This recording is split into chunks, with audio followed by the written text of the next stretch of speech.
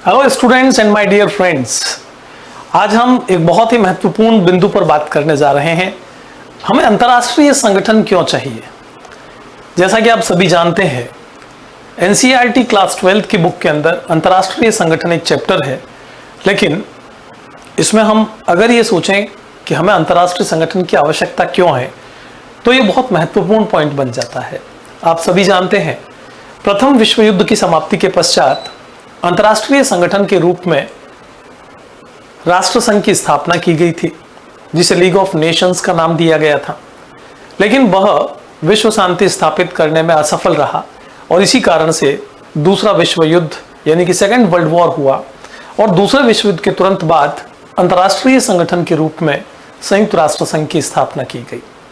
संयुक्त राष्ट्र संघ जिसका उद्देश्य रखा गया था विश्व में शांति स्थापित करना, लेकिन इसके साथ ही साथ संयुक्त राष्ट्र संघ ने समय के साथ साथ बहुत से और रचनात्मक कार्यों को भी अंजाम दिया है।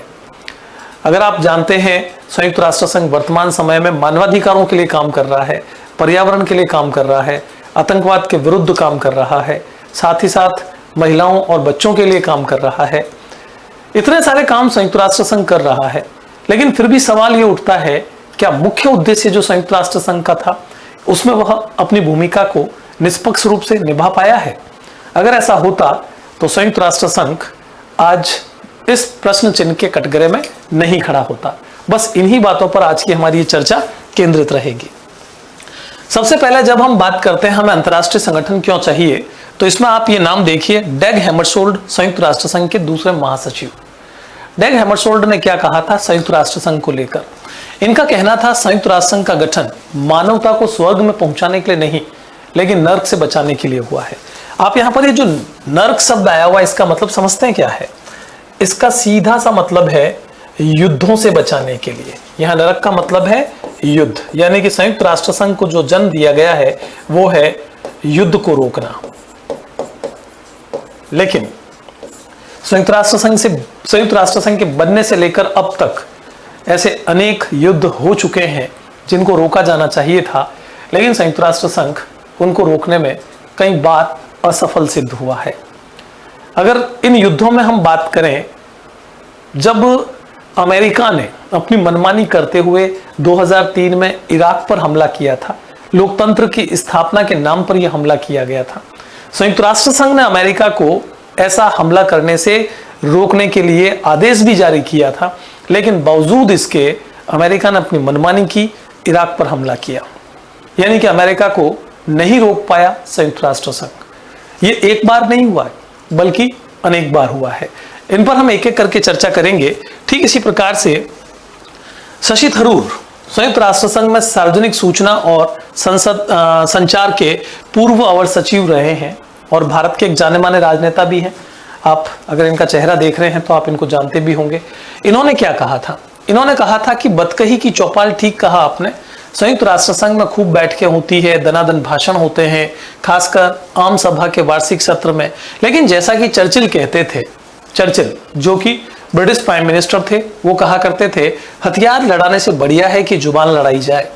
क्या यह बात बेहतर नहीं है कि एक ऐसी जगह भी हो जहां पर दुनिया के सारे देश इकट्ठे हो और कभी कभार अपनी बातों से एक दूसरे का सर खाए, बनिस्पत लड़ाई के मैदान में एक दूसरे का सर खाए या सर कलम करे? देखिए, लड़ाई के मैदान में तो सर कलम ही होता है, आप जानते हैं। तो मुख्य उद्देश्य यहां पर शशि थरूर का भी यही कहना है कि युद्धों को रोकना। यानी कि संयुक्त राष्ट्र संघ एक ऐसे संगठन के रूप में है जिसका उद्देश्य है सभी देश एक जगह पर इकट्ठे हो, बातचीत करे, शांति से किसी भी समस्या का समाधान करे। लेकिन क्या वास्तव में इस प्रकार की समस्याएं शांति से आज तक समाधान हो पाई है? मैं आपको किस ओर ले जाना चाह रहा हूं अब आप समझ गए होंगे, लेकिन थोड़ा सा आप इंतजार कीजिए, मैं आपको जहां ले जाना चाहता हूं उन बिंदुओं तक। इससे पहले आप ये देखें, जून 2006 के दौरान इजराइल ने लेबनान पर हमला किया था। उसका कहना था कि उग्रवादी गुट हिजबुल्लाह पर नियंत्रण करने के लिए हमला जरूरी है। भारी संख्या में आम नागरिक मारे गए, कई सार्वजनिक इमारत और रिहायशी इलाके इजरायली बमबारी की चपेट में आए। संयुक्त राष्ट्र संघ ने इस मामले पर एक प्रस्ताव बहुत बाद यानी कि अगस्त में पास किया और इजरायली सेना इस इलाके से अक्टूबर में ही वापस हो सकी। ये दोनों कार्टून इस संकट में संयुक्त राष्ट्र संघ और उसके महासचिव की भूमिका पर टिप्पणी करते हैं। यानी कि आप यहां पर देख रहे हैं कि इजराइल हिजबुल्लाह पर हमला करता है, संयुक्त राष्ट्र संघ बहुत लेट जगता है, संयुक्त राष्ट्र संघ बहुत लेट मना करता है इजराइल को युद्ध रोकने के लिए। तो इससे पीछे आपको क्या चीज दिखाई दे रही है? क्या संयुक्त राष्ट्र संघ खुद ये चाहता था कि इजराइल हमला करे? संयुक्त राष्ट्र संघ क्यों चुप रहा? क्यों नहीं समय पर इजराइल को रोक पाया ऐसा युद्ध करने से, ऐसा हमला करने से? ठीक इसी तरह से आप देख रहे हैं ये एक बहुत बड़ी जंग जो कि लंबी होती ही जा रही है, रुकने का नाम ही नहीं ले रही है। हाँ, मैं बिल्कुल बात कर रहा हूं रूस और यूक्रेन युद्ध की, जो कि 24 फरवरी 2022 से शुरू हुआ था। आज अभी आप वर्तमान समय में देख रहे हैं कि इस युद्ध को प्रारंभ हुए कितना समय हो चुका है, क्योंकि इस समय हम 2024 में पहुंच चुके हैं और 2024 के भी हम इस समय जून की बात कर रहे हैं। इतना लंबा वक्त गुजर गया है लेकिन युद्ध रुकने का नाम नहीं ले रहा है और ऐसा लग रहा है कि युद्ध और ज्यादा भीषण होता चला जाएगा, क्योंकि जहां एक और जेलेंस्की ये ठान करके बैठे हैं कि वो झुकेंगे नहीं, और वहीं पुतिन ये ठान करके बैठे हैं कि वो यूक्रेन पर अधिकार करके ही रहेंगे। क्या आप जानते हैं इस युद्ध का प्रारंभ कैसे हुआ था? इस जंग की शुरुआत कैसे हुई थी? इस जंग की शुरुआत के पीछे कारण था यूक्रेन का नेटो का मेंबर बनने का सपना या फिर उसकी जिद। रूस लगातार मना कर रहा था यूक्रेन को कि वो नेटो का मेंबर नहीं बनेगा। NATO means North Atlantic Treaty Organisation, जो कि एक सैन्य संगठन है जो कि अमेरिका के नेतृत्व में बना हुआ है, और यह सैन्य संगठन 1949 में बनाया गया था। उस समय से लेकर अब तक यह सैन्य संगठन मजबूती से खड़ा है। यूरोप के देश, उसके बाद पहले पश्चिम यूरोप के देशों को लेकर बनाया गया था, उसके बाद पूर्वी यूरोप के देशों को भी इसमें शामिल किया गया सोवियत संघ के पतन के पश्चात। और रूस का यह मानना था कि जो उसका एरिया है, उसके आसपास का कोई भी देश अमेरिका के साथ इस सैन्य संगठन में शामिल नहीं होना चाहिए। रूस ने कई बार चेतावनी दी यूक्रेन को। यूक्रेन ने आखिरकार यह ठान ली थी कि वो नेटो का मेंबर बन करके रहेगा, और इसी कारण से रूस ने क्रोधित होकर 24 फरवरी 2022 को रूस पर आक्रमण कर दिया, यूक्रेन पर आक्रमण कर दिया। और उसके बाद से लगातार हमले हो रहे हैं। यूक्रेन की जनता पूरी तरह से परेशान हो चुकी है। आधे से ज्यादा यूक्रेनियन युद्ध मैदान से या फिर देश को छोड़कर दूसरे देशों में जा चुके हैं। चारों तरफ सेना, चारों तरफ बड़ी बड़ी इमारतों का ढहना, रोज बमबारी होना, रोज मिसाइल्स। कभी यूक्रेन रूस पर हमला करता है तो कभी रूस यूक्रेन पर हमला करता है। क्या आप जानते हैं यह युद्ध रुकने का नाम क्यों नहीं ले रहा है? इसके पीछे सबसे बड़ा कारण है अमेरिका की सोच। जी हाँ, बिल्कुल, अमेरिका यूक्रेन के साथ है, लगातार उसको हथियार दे रहा है, और अमेरिका ये चाहता है यूक्रेन और रूस जितनी लंबी जंग लड़े उतना अच्छा है, क्योंकि अमेरिका रूस के साथ सीधी जंग में नहीं उतरना चाहता। वो रूस को कमजोर करना चाहता है, और रूस जितना लंबा युद्ध चलेगा उतना ज्यादा रूस को आर्थिक नुकसान पहुंचना है। तो इस कारण से अमेरिका की यह सोच है। अब देखिए, हम बात करते हैं यूएनओ की।